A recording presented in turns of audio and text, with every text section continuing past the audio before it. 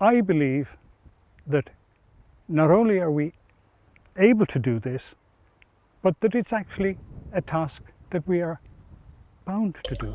My name is Iarfhlaith Connellan, and I'm actually a marine biologist who spent 10 years in research in the Shellfish Research Laboratory in Carna.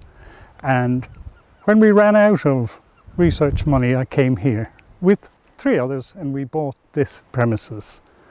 And this is red bank shellfish.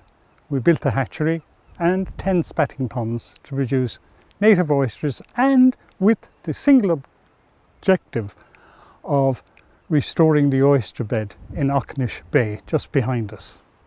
And this is a bay that opens to the west and collects the incoming water, which is actually upwelling of Blackhead. So we have first use without additions of either industrial waste or fresh water, and makes an ideal site for a shellfish hatchery. My life is intimately connected with the sea, and my commitment has to be 24/7 because I'm dealing with an aquaculture venture which requires 24-hour care of animals. There have been many changes in my lifetime to the phenomenon we have noticed in the sea. For instance, when I began 30 odd years ago, it was normal that we would have winter temperatures of 4 degrees. In the last 10 years, they have seldom fallen below 8 degrees in winter. So there is a warming of the ocean. That's not all bad in one sense, but it is a major change. And of course it impacts on the assemblages of animals and their ability in the marine environment to fit the niche that they have actually developed over thousands of years.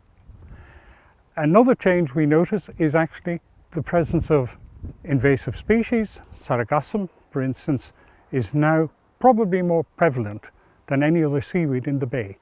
That was absent 30 years ago. Another feature is that we have inputs of seawater, of freshwater rather, that we never had before. And this is having impacts as well on assemblages of animals in the upper bay area. I worry all the time about the health of our oceans. And for anybody engaged in shellfish production, any acidification, even a very small change in acidity, will have a profound effect on animals that use calcium carbonate. Marine protected area ideally should consist of an area that all activity is monitored and restricted. In other words, that no single interest group should have a monopoly on any activity. There must be a balance, a little bit like any ecological balance, that you may, of course, engage in various activities that are controlled, but they must be, in the sense, conducted against a background of all the other pressures on that environment. I would welcome, of course, properly resourced marine protected areas, and I believe that they are essential and the only way forward.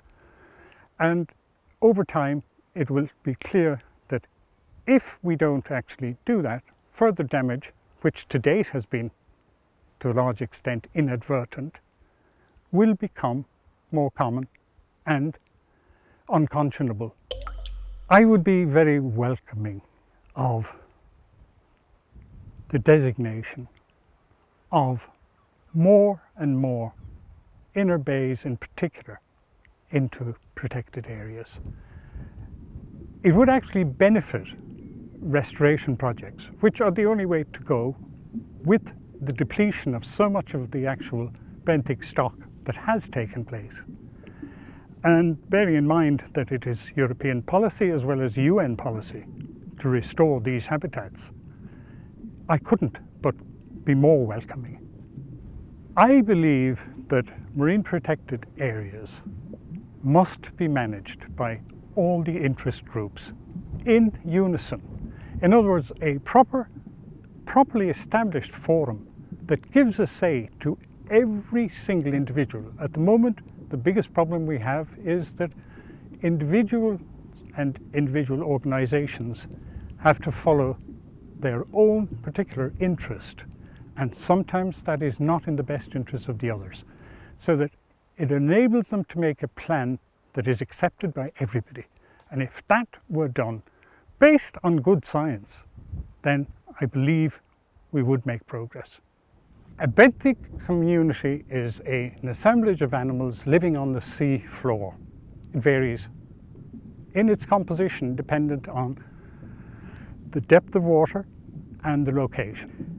The recovery of benthic communities is and has surprised me. Some years ago I was involved in Galway Bay, where the benthic community in particular had been devoid of scallops. And the mere closing of the bay for a 3-year period, where there was a recruitment area in the inner bay that was never fished, resulted in, much to the surprise of the fishermen as well as the people who proposed the plan, including myself, absolute astonishment. It recovered inside 3 years. We had not expected that. We had estimated it would be 7. And the same took place on the oyster beds in Kilkieran. It recovered within 3 years. And it really means that if a proper management plan is put in place, the record is there, and it can be done. And I suspect that all over Europe, particularly in Holland and Germany, these plans are now afoot for restoration. And I think we actually have a lead in our own experience at restoration. We have the experience, we have the ability, we have the scientific results from this work, and what it requires now is a commitment of all parties to work together and agree a plan and implement it. Having marine protected areas around the bays of Ireland actually allows us to restore environments that have been damaged over years, very often inadvertently, but sometimes with sectoral interests. We actually have a duty to do it, because the damage that has been done can be undone if we do it according to the plans that have been established for restoration. It's not rocket science. It is merely allowing the animals their own natural ability to recover through reproduction. In other words, give them that opportunity and they will do the work for us. But we must set up the actual framework in which that can happen. And that is the duty of administrators and scientists and planners. And that, in essence, is what we must do in each and every bay in Ireland, because that is the only way that I would feel confident that the health of benthic communities of animals will survive. I not only welcome well-resourced and well-established marine protected areas, I think they are absolutely essential for all the users in the bay.